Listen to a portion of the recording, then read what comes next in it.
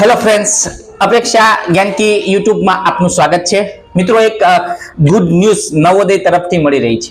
મિત્રો, નવોદય જે પ્રવેશ પરીક્ષાના ફોર્મ ભરવાની તારીખ લાસ્ટ 16/9 હતી. મિત્રો, એ 16/9 ને બદલે હવે લંબાવવામાં આવી છે. ઓકે, તો ફોર્મ તમે 23/9 સુધી ભરી શકશો. ખાસ મિત્રો, 23/9 સુધી.